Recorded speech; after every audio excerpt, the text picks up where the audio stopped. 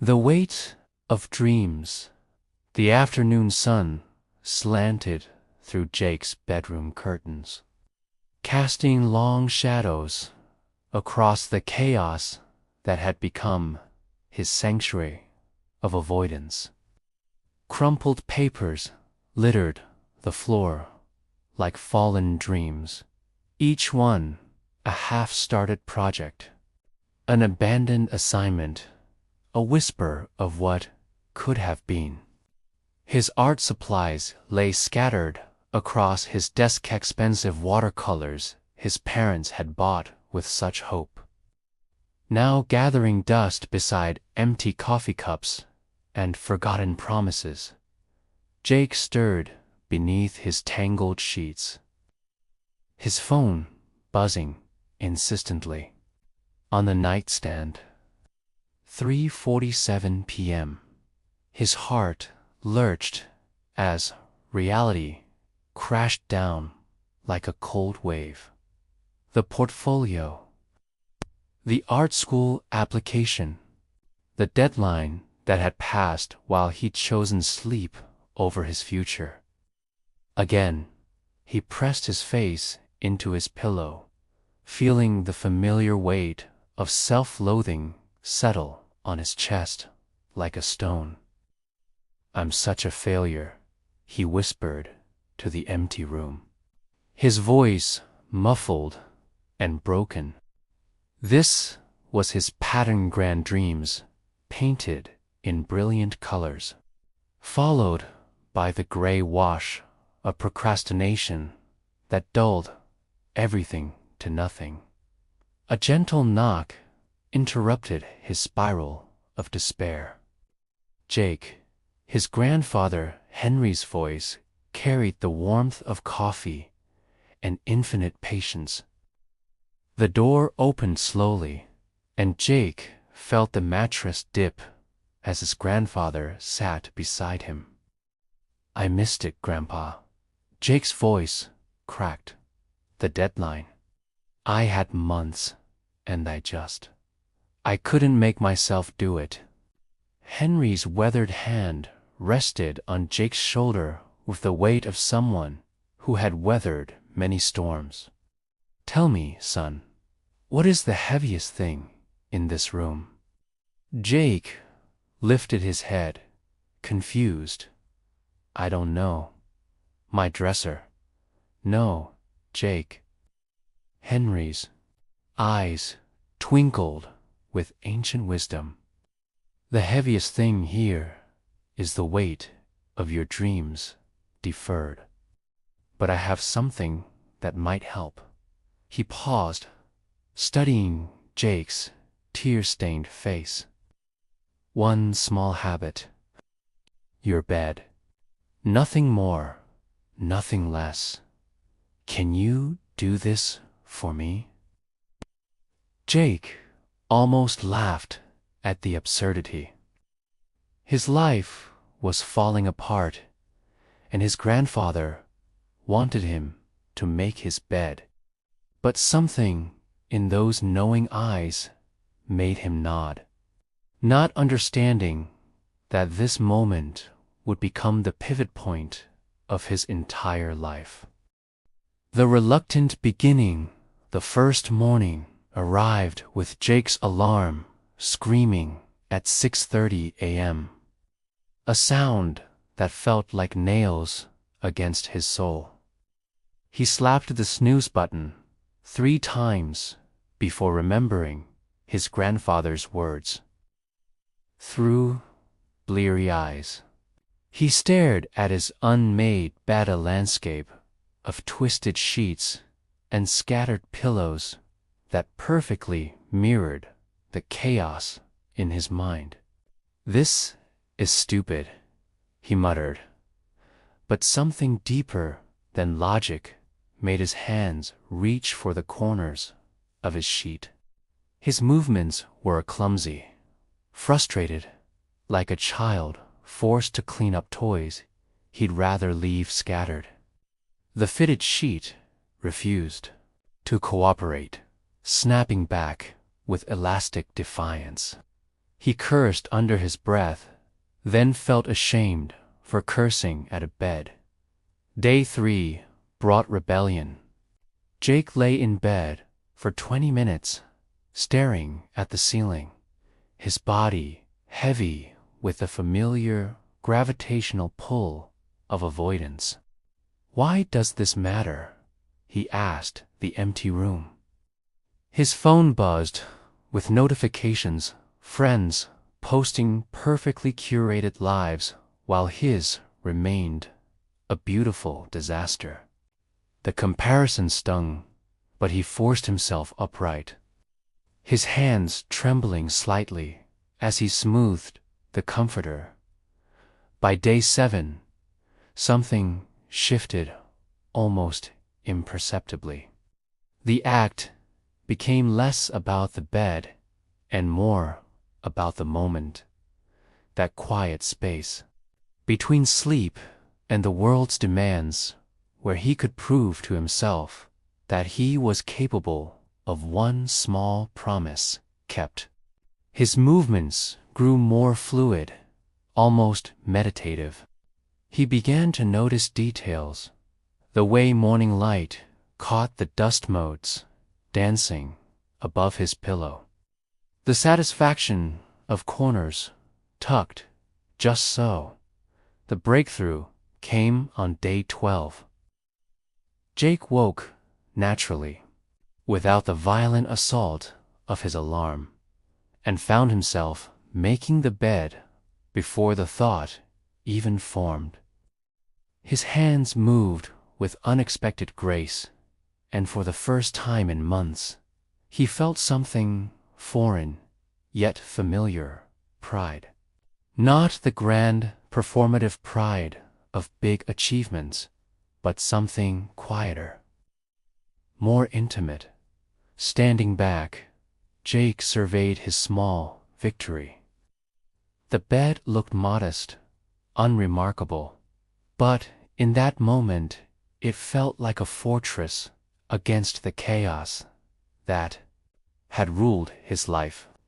He didn't know it yet, but he had just planted the seed of his own transformation. The unexpected rippled 3 weeks into his bed-making ritual. Jake noticed something peculiar happening around the edges of his discipline. It started small, a coffee cup carried to the kitchen instead of left on his nightstand, a homework assignment placed neatly in his folder rather than crumpled in his backpack. These weren't conscious decisions. They seemed to flow naturally from some new current running through his days. His room began to breathe differently. The art supplies on his desk straightened themselves into neat rows, as if drawn by invisible magnets. Books found their way back to shelves, and dirty clothes discovered the hamper with surprising regularity. Jake watched this transformation with wonder, like witnessing a time-lapse video of a garden growing. "It's like magic," he confided to his best friend, Tyler, during lunch, his voice hushed with amazement. "I'm not trying to be organized.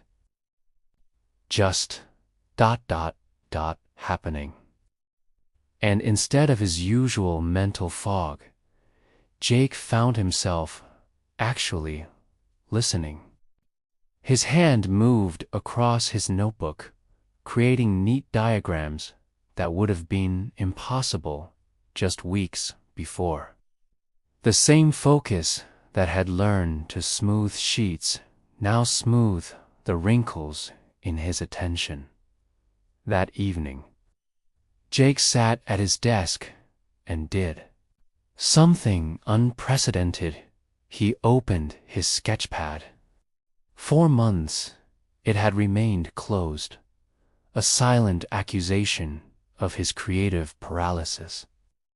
But now, with the same gentle determination he brought to his morning ritual. He picked up a pencil and began to draw. Nothing grand or ambitious, just the simple outline of his made bed.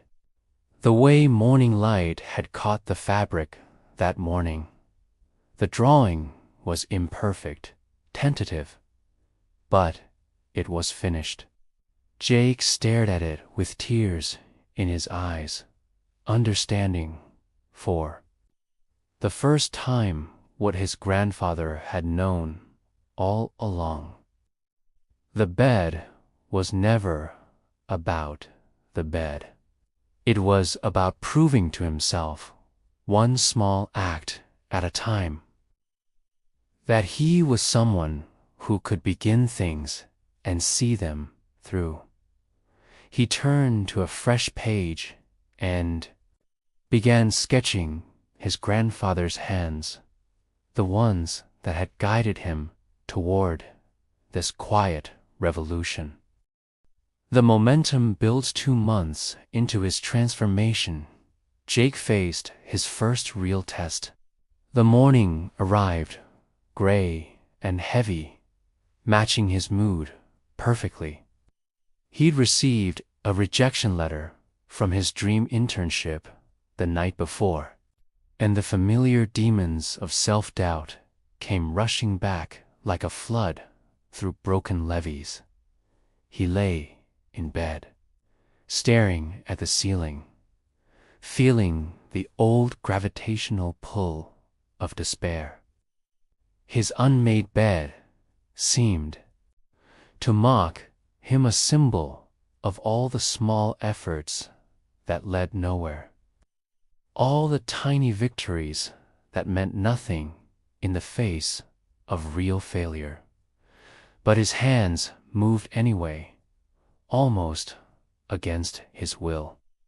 They had developed their own memory, their own commitment that existed independent of his fluctuating emotions. As he smoothed the comforter, tears streaming down his face, Jake realized something profound. Discipline wasn't about feeling motivated. It was about moving forward, even when motivation had abandoned you completely. The breakthrough came that afternoon in art class.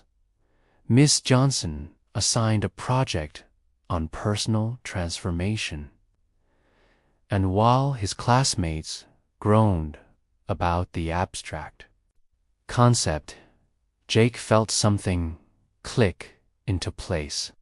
He spent the next 3 weeks creating a mixed media piece of visual diary of his journey from chaos to order, featuring photographs of his made bed taken at different stages of his transformation. The presentation day arrived with Jake's heart hammering against his ribs. He stood before his classmates, many of whom still saw him as the chronically late, perpetually disorganized guy from freshman year.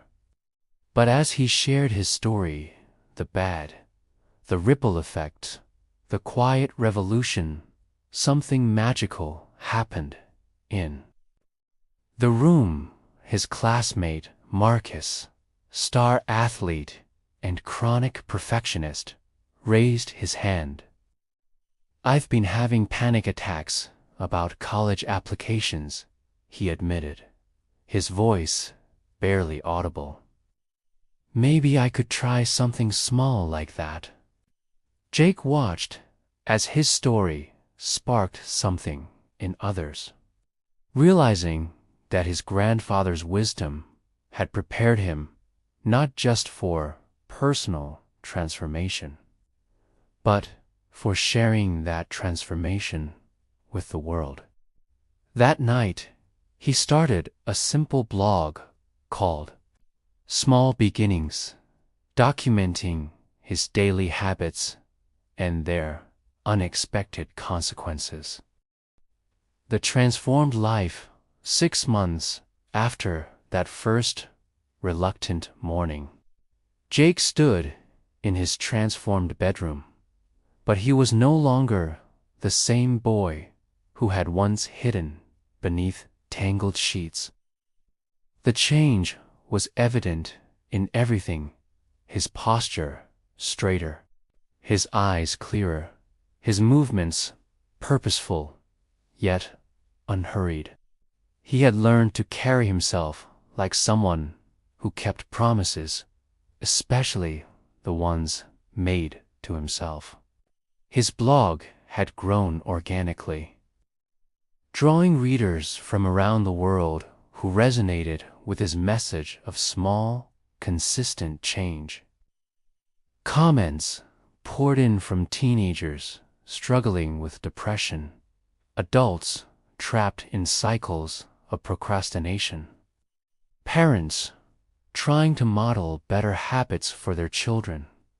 Jake read each one with wonder, still amazed that his simple story could touch so many lives. "Jake, there's someone here to see you," his grandfather called from downstairs. Jake found Henry sitting with a young man about his own age, whose eyes held the familiar, haunted look of someone drowning in their own potential. "This is Connor," Henry explained gently. "He's heard about your journey and wondered if you might share some wisdom." As Jake sat with Connor, seeing his own former self reflected in the boy's slumped shoulders and defeated expression, he felt the profound weight of responsibility and privilege. He was no longer just someone who had learned to make his bed. He had become someone others turned to for hope. "It started with something so small, I almost laughed at my grandfather," Jake began, his voice carrying the quiet confidence of someone who had walked through fire and emerged transformed. "Just making my bed, nothing more."